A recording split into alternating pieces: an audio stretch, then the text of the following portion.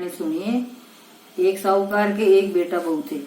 बेटा ने साहूकार के दोनों ही कुछ भी कमाते नहीं थे। बड़े बूढ़ों का धन था। उसको काम में बहू आज क्या खाना खा कर आई है नहीं चलाते थे। जब बहू बाहर कचरा डालने जाती तो पड़ोसन उससे पूछती कि बहू आज क्या खाना खा कर आई है। तब वह कहती वही ठंडी बासी रोटी खा कर आई। एक दिन ये बात साहूकार के बेटे ने सुन ली। उसने अपनी माँ को सारी बात बताई और पूछा कि माँ तू तो बहू को रोज गरम गरम खाना परोसती है, तभी ये पड़ोसन से कहती है कि वही बस ठंडी बासी रोटी खा कर आई।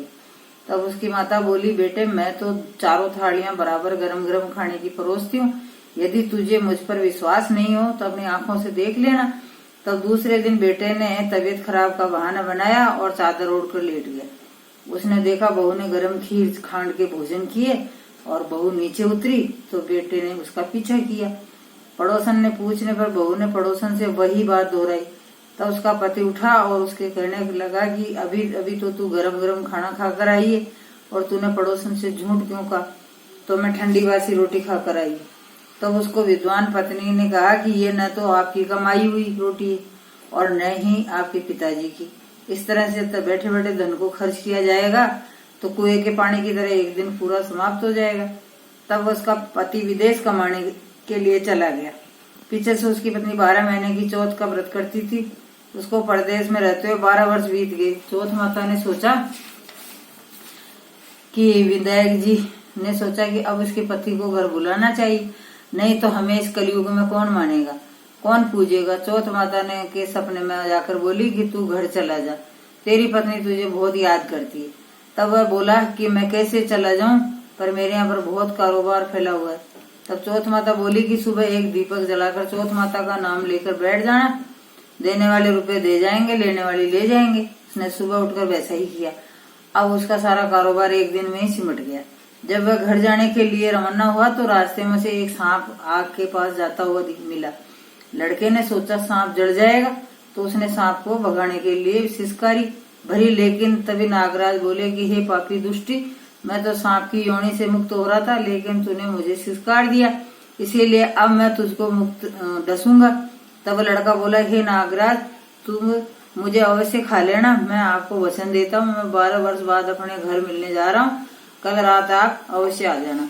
जब पति घर आया तो बहुत उदास था। पत्नी ने कारण पूछा तो फिर उसने बताया कि पत्नी चतुर थी। उसने एक थोड़ी सीढ़ी पर दूध का कटोरा, दूसरी पर बाड़ू मिट्टी बिछा दी, तीसरी फूल माला बिखेर दिया, चौथी पर इत्र छिड़क दिया, 5 ही मिठाई रख दी। इस तरह 7 सीढ़ियों पर कुछ न कुछ रख दिया और दरवाजा खुला छोड़कर पलंग पर अपनी पत्नी की चोटी लटकाकर सो गया। सांप आया।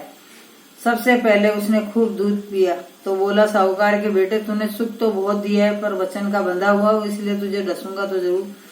7 सीढ़ियों पर उसने ऐसा ही कहा। जैसे ही वह उसने डसने लगा, चौथ माता और विधायक जी ढाल तलवार बन गए और सांप के 4 टुकड़े कर दिए। अब पूंछ का टुकड़ा लड़की की जूते में जा गिरा। सांप ने सोचा जब ये जूता पहनेगा तब इसको डस लूंगा। तभी वहां बहुत सी चींटियां आई और कहा कि स्त्री में रोज शक्कर का आटा खिलाती थी, इसीलिए इसकी रक्षा करनी चाहिए। चींटियों ने उस पर हमला किया और उसकी पूंछ को गोली कर दी। जैसे सुबह हुई वह खून से खून हो रहा था। माँ ने सोचा कि मेरे बेटे बहू को किसी ने मार दिया, इसीलिए वह चिल्लाने लगी। तभी बेटा बोला कि माँ खुशियां मनाओ, आज हमारा बैरी दुश्मन मर गया है, और पूछने लगा कि मेरे पीछे से मेरी दीर्घायु के लिए कोई उपाय किया था क्या? तब माँ बोली, मैंने तो कुछ नहीं किया। पत्नी ने पूछने पर बोली कि मैंने 12 महीने की चौथ का व्रत किया करती थी, इसलिए चौथ माता विधायक जी ने हमारी सहायता की। तब सास बोली कि वे झूठ बोलती है, रोज मैं इसे 4 बार रोटी देती थी और फिर इसने चौथ का व्रत कैसे किया?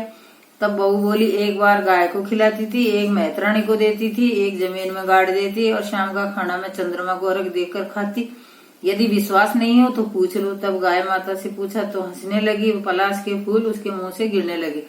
जमीन में खोद कर देखा तो रोटियों की जगह सोने के चक्कर थे। मैत्राणी से पूछा तो उसने हाँ भर दी। चौथ माता उसके पति की रक्षा हुई, वैसी सबकी करना, सबकी मनोकामना पूर्ण करना। इसके बाद विधायक जी की कहानी कहवे।